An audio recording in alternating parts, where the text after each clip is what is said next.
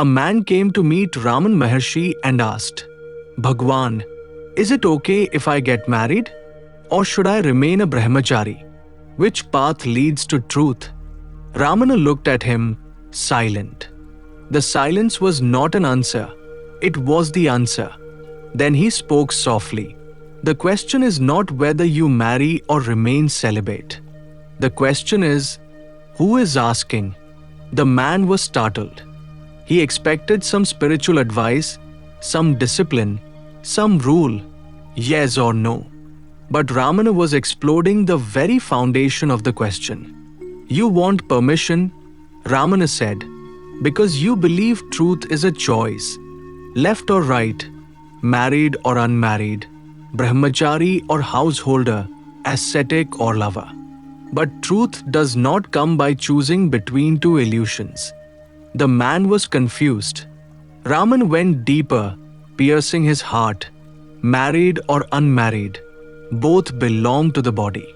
They belong to the mind. They are conditions of the personality. Truth is not a condition. It is your nature. He continued, you think Brahmacharya is sacred and marriage is ordinary. You think celibacy takes you closer to God. If that is your belief, you are still in ignorance.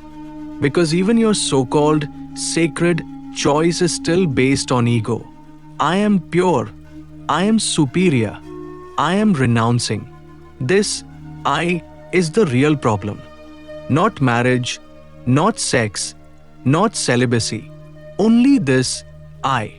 If the I remains, even celibacy becomes poison.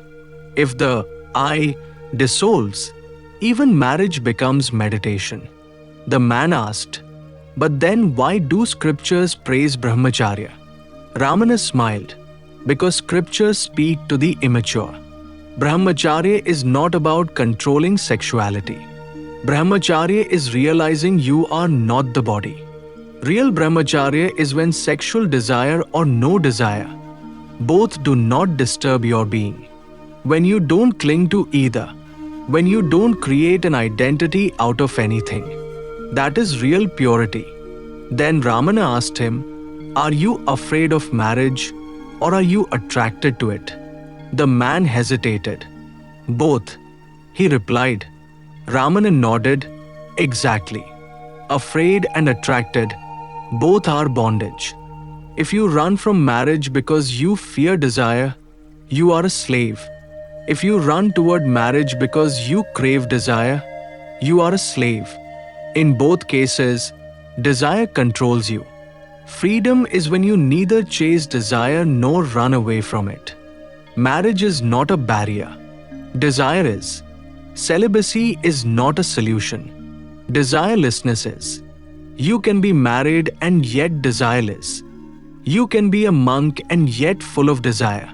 The world has seen lustful monks and detached householders.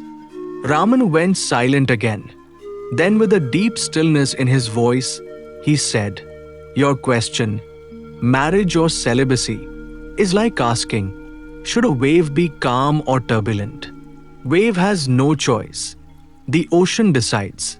When you stop asking, when you surrender, when you become the ocean, only then everything becomes dharma.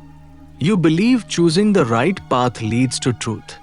But truth is revealed only when the chooser disappears.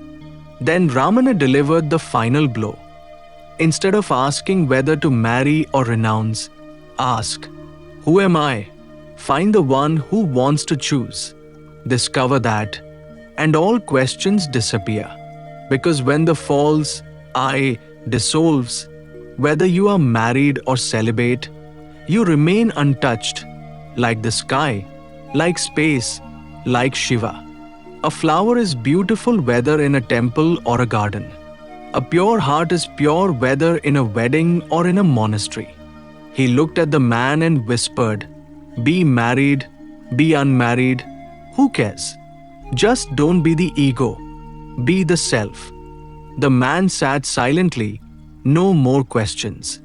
Only presence, only stillness. He came seeking answers. He left carrying silence.